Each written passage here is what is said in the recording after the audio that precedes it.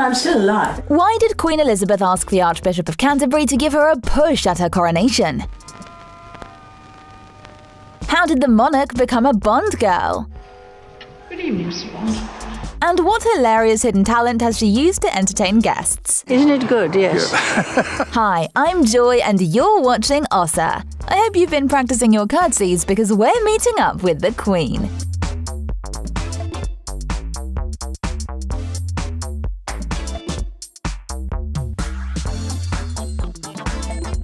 Okay, maybe the real Queen isn't as comfortable shaking her booty as this deepfake is, but she's been known to let her hair down in other ways.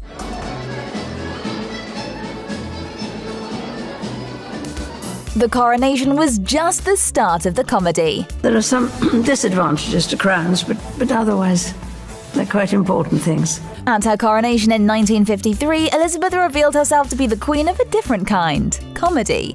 The ceremony required the future queen to wear ceremonial robes that weighed a ton, and though she'd practiced the entire ceremony beforehand at Westminster Abbey, she realized on the day that the carpets had been installed incorrectly.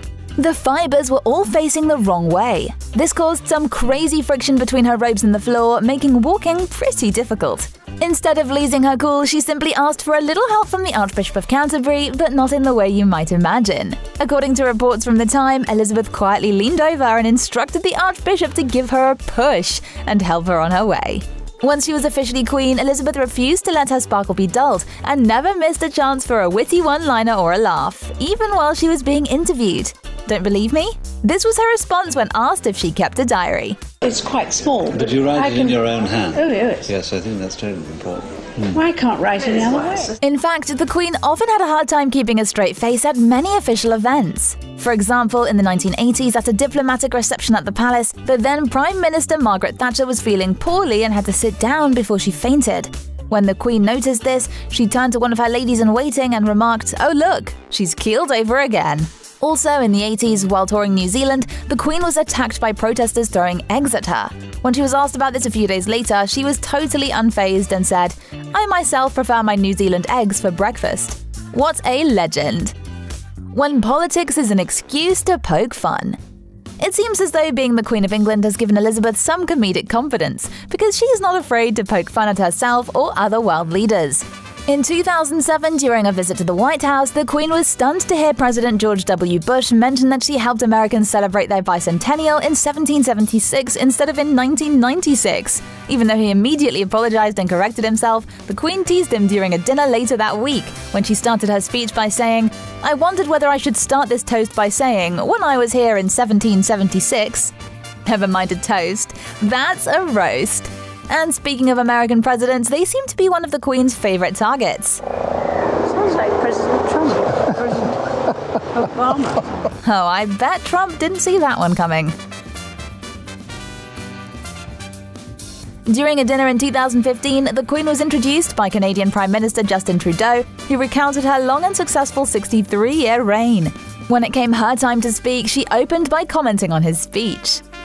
Thank you, Mr. Prime Minister of Canada, for making me feel so old. But that doesn't mean she has a problem with aging. On the contrary, she regularly uses references to her age as an icebreaker. Are you well?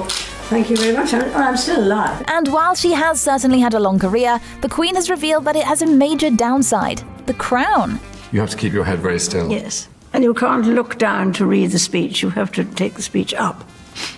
Because if you did, your neck would break, or it'd fall off. But then again, not everyone is impressed by titles and crowns. Just ask the Queen's dogs. You're not supposed to do that. I'm not here. Go away. I'm not here. Go and do your stuff. Also, it turns out that ponies don't care about royal titles either. No way. I guess it's true. You can't impress everyone. Keeping it in the family. One of the most frustrating things about the royals is that they're a family and a business, and that's the main reason that they're always on their best behavior. But sometimes the line between family and duty becomes a little blurry. Your Majesty, Mummy. Thankfully for us, the Queen's family also likes to poke fun at the dual roles of the royal family. In 2005, Prince Philip attempted to prank the Queen by dressing up as one of Buckingham Palace's guards, but the Queen spotted him right away and could not keep a straight face while walking past her husband. It took several years, but Elizabeth managed to return the favour in 2019, when the couple was celebrating their 72nd wedding anniversary. During a public engagement, the monarch pretended to have forgotten the date, giving Philip a sneaky look before loudly asking the event organiser, "What's the date?" and laughing. The Duke has the solution. Starfish. Hey. With the few times she's made us laugh while speaking in an official capacity, we can only imagine what the Queen is really like away from the limelight. Thankfully, we have a clue. Prince Harry once admitted that the Queen and the rest of his family are pretty funny, explaining, "My family is the same as any other family when it comes to humour behind closed doors." In fact, the prince and his grandmother have a special relationship, and he even managed to get her on board for a hilarious promo for his 2016 Invictus Games. Message? Yeah, from Michelle. Remember when you told us to bring it at the Invictus Games? Careful what you wish for. Oh, really? Please. Boom.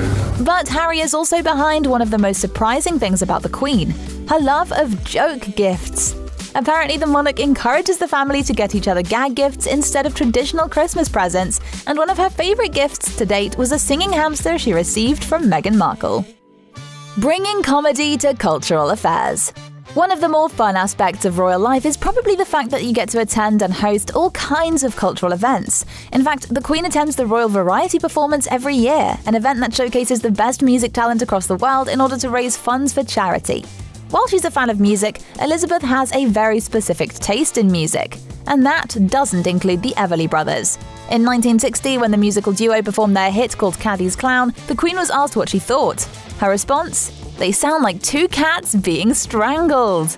But that's nothing. She'd never even heard of Eric Clapton. When she met the musician at a Buckingham Palace event in 2005, she asked him, "Have you been playing a long time?" Thankfully, he wasn't put out by her ignorance and confirmed, "Oh, it must be 45 years now." Can you believe there's more? The Queen of England didn't recognize the Queen of Pop. Did you notice her mouthing the word "who" when Elizabeth met Madonna? She had no idea who the singer was and had to ask for clarity. At least Madonna didn't mind, if that smile is anything to go by. She may have a somewhat dated taste in music, but when it comes to fine arts, Elizabeth is in her element. But she does still draw the line at nudity. In the 1990s, she attended an exhibition by the famous painter Lucian Freud featuring several lounging naked ladies. However, the monarch was careful not to have her picture taken and told her aides that under no circumstances was she to be photographed between a pair of those great thighs. When one of the press who heard this remark asked her if she'd ever had her portrait painted by the artist, she smiled and replied, "Yes, but not like that." In fact, her painting looked like this. And just as she knows how best to pose for a portrait, she also knows how to put her best foot forward in a photo shoot. So when Vogue photographer Annie Leibovitz tried to direct the Queen during a shoot, it didn't end well. I think it will look better without the crown. Less dressy, because the garter robe is so extravagant. Dressy? What do you think this is? But in all honesty, the Queen is no stranger to cameras. Her royal duties often require her to film addresses to the nation, but in 2012, she surprised Britons and fans of the royals across the globe by appearing in a totally unexpected role alongside Daniel Craig. Mr. Bond, Your Majesty. That's right, the Queen is also a Bond girl.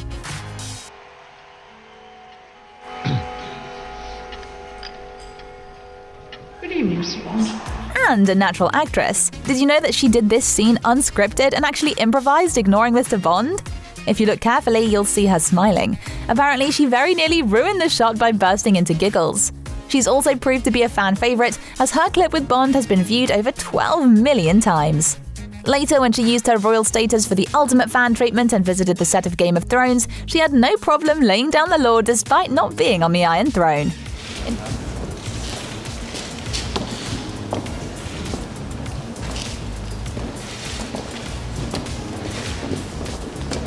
In fact, as Kit Harington explained, she actually refused to sit in it. They asked her, they kept trying to push her to sit down on the throne, and we kept getting told the same thing, which is she's not allowed to sit on other thrones, fictional or otherwise. And then they asked if she wanted to sit on the throne, and she said, "Looks very uncomfortable." And though she couldn't have her moment on the Iron Throne, she did get to take home a miniature replica, which is pretty darn epic. But not as epic as the Queen's hidden talent. Did you know that the head of the royal family is actually amazing at mimicking and impressions? According to her chaplain, the Queen imitating the Concorde landing is one of the funniest things you could see. And while we really do wish we could see that, it's sadly not possible. Instead, I'll leave you with proof that Queen Elizabeth's antics are genetic. Don't believe me? Then here's Prince Charles proving me right.